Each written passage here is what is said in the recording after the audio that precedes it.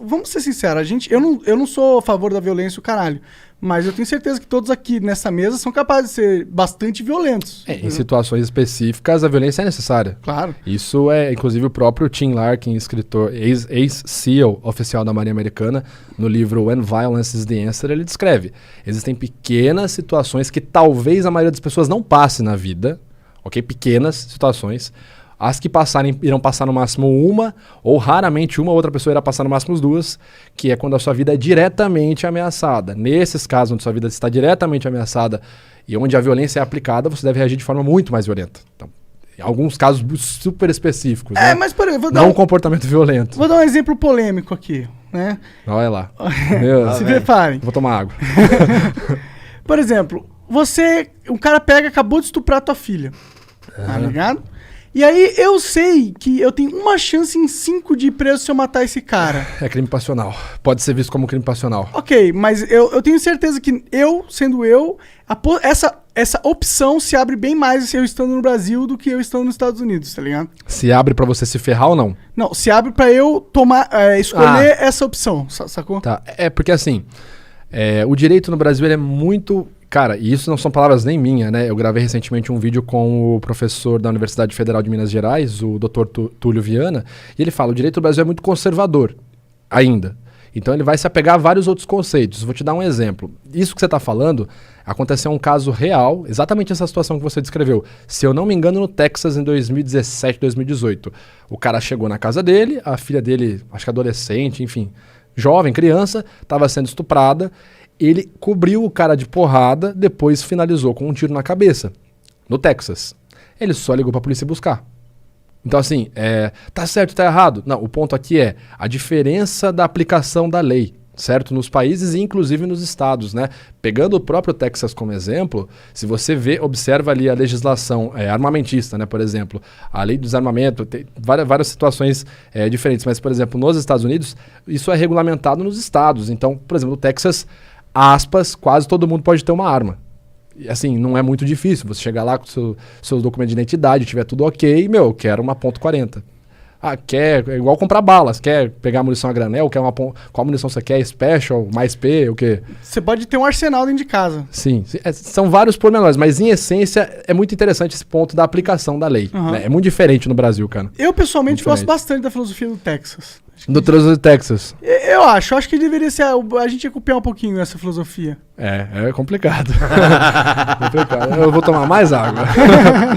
Quem é que te pede esses laudos aí? Tu trabalha fixo em algum lugar? Eu não sei. Não, sou profissional liberal, profissional autônomo. Basicamente, geralmente, né? Aliás, até agora, até o momento, só partes privadas. Então, eu só sou contratado de forma privada em casos judiciais. A maioria dos casos, abuso sexual. É o que um advogado te contrata? Ou o próprio cliente. Sim, mas geralmente a triagem é toda com o advogado, né? Quem faz todo o contato comigo é o advogado ou a advogada do caso, né? Mas a maioria dos casos, tudo abuso sexual e a maioria abuso sexual infantil. Caralho. Então seu trabalho é pesadíssimo, né, cara? Cara, assim, esse é um negócio que eu não falo, porque não quero perguntar também, mas, cara, você tem que ter um treinamento mental muito complicado, porque, assim, tenta pensar o seguinte, vou dar só um contexto. Eu, obviamente, não posso falar nada dos casos, pelo segredo, pela ética profissional, e porque a maioria deles, se não todos estão em segredo de justiça ainda, nenhum caso ainda deu jurisprudência. Já faz isso há muito tempo? 2017. Então, imagina assim, cara, um dos casos que eu trabalhei ano passado, ele chegou a ser televisionado, eu não posso falar qual caso foi, só posso dizer que é abuso sexual infantil praticado ali por um dos parentais, ok? Isso eu posso falar sem me complicar. Então, imagina você ver um vídeo, cara, de 20 a 30 minutos da criança descrevendo como que esse parente abusou dela. E aí você tem que ver mais vídeos dessa criança entrando em contato com esse parente em festas de família e você vê a criança reagindo, a criança vomitando quando ela vê esse parente. Então, tipo... E você tem que ficar ali, cara, porque, tipo assim, interessa o meu juízo de valor. Além de eu estar fazendo essa análise, eu ainda posso estar errado, cara. Eu tenho que pensar isso. Porque a justiça brasileira, ela é assim. Quem tem que provar alguma coisa é quem acusou. A pessoa que foi acusada, ela é inocente, até que se prove o contrário, ok? Inclusive, eu falei isso numa entrevista do TV Fama quando foi sobre o caso Prior. Eu falei, o Prior é inocente, até que se prova o contrário. Acabou minha participação, a apresentadora falou, então, como vocês viram, o perito falou que ele mentiu. Foda, né, cara? Foda. Só um negócio veio na cabeça aqui agora. Aí eu termino de falar aqui, o Igor vira, então, vocês viram que ele disse aqui que mentiu mesmo, na cara dura.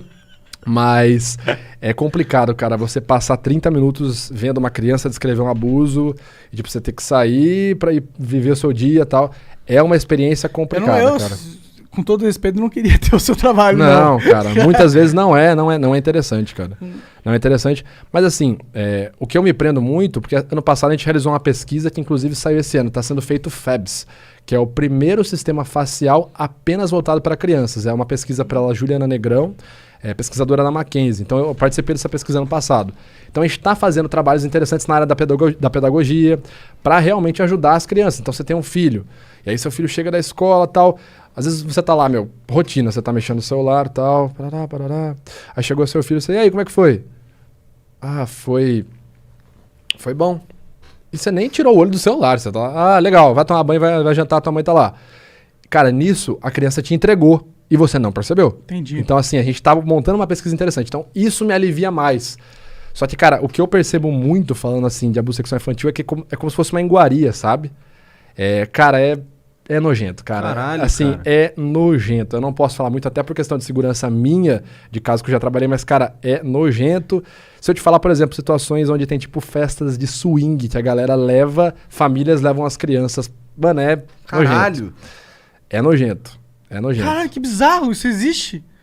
No What Brasil. the fuck, Aqui no Brasil. meu? E não é um caso só. E eu digo que eu não queria ter esse emprego porque eu sei que é difícil, mas eu sei que ele é muito importante que exista. E que eu ajuda. tá fazendo algo de bom com também. certeza. E que ajuda muitas pessoas, eu não duvido disso. Só que deve realmente ser. Tipo, eu pessoalmente não sei se eu teria estômago, tá ligado? Deve ser algo realmente complicado. Eu lido com a internet, já fico maluco, imagina ter que lidar com essa porra. Cara, é o que eu falo. Quando você lida com as situações doentias, cara, você vê outras coisas e fala, mano, releva, isso é de boa. Cara, é complicado. Assim, eu tô trabalhando num outro projeto paralelo, que eu espero poder falar sobre ele logo em breve, né? Que é uma série, não posso falar muita coisa, mas é uma série que eu espero que dê certo esse projeto.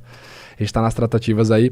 Mas é sobre um serial killer, um assassino estuprador em série, que basicamente, cara, eu fiz até um vídeo sobre ele, é o assassino da minha infância. Porque esse cara, na região que eu moro, ali no interior de São Paulo, ele estuprou e matou de forma brutal. E quando eu falo brutal, para vocês terem uma noção, as crianças que se comportavam durante o estupro, crianças de 5 a 10 anos de idade, esse era o perfil dele, as crianças se comportavam bem, não gritavam como ele falava, ele apenas estrangulava. Essa era a forma de promover, de premiar elas. As que gritavam, choravam, tentavam escapar, ele matava no soco, geralmente primeiro esmagando a mandíbula delas. Então, assim, o cara pesado mais de 100 quilos. Então, primeiro ele esmagava a mandíbula de uma criança de 5 anos, ela ia ficar chorando, sentindo dor, enquanto ele praticava a violência sexual, e depois ele matava no soco que sobrava da criança. Caralho! E esse cara morou a 2 quadras da minha casa, quando eu tinha 5 anos de idade, na época que ele estava na ativa nos crimes. Caralho! Esse é um caso muito cabuloso, cara. E eu creio, assim, memória falsa é uma realidade, mas eu tenho a forte memória de ver ele passando na frente de casa, porque ele ficou conhecido na minha cidade como o assassino da bicicleta. Porque ele era alcoólatra, então ele passava fazendo reparos em porta de bar, fazia serviço de engraxate, e sempre com uma bicicletinha vermelha. Então, eu tenho essa imagem de eu estar jogando bola na garagem de casa e, tipo, ver um senhor fortão, assim, gordão, passando com uma bicicleta vermelha. Então, tipo... Caralho. Esse negócio é muito louco, cara. Eu não acredito nessas coisas de energia, espírito, destino. Mas é muito cabuloso esse caso dessa pessoa ter acontecido super perto da minha casa, assim, vamos dizer, na época que o cara tava na ativa, e hoje eu trabalhar com abuso sexual infantil, com análise de abuso sexual infantil. Caralho, realmente é bizarríssimo. Esse cara já era. Imagina. Ele morreu em 2013. Diz na notícia que ele teve um infarto, né? Não sei se realmente foi verdade. Entendi. Mas espero que não. Espero que tenha morrido de uma forma muito Tomara que tenham quebrado o mais maxilar dolorosa. dele.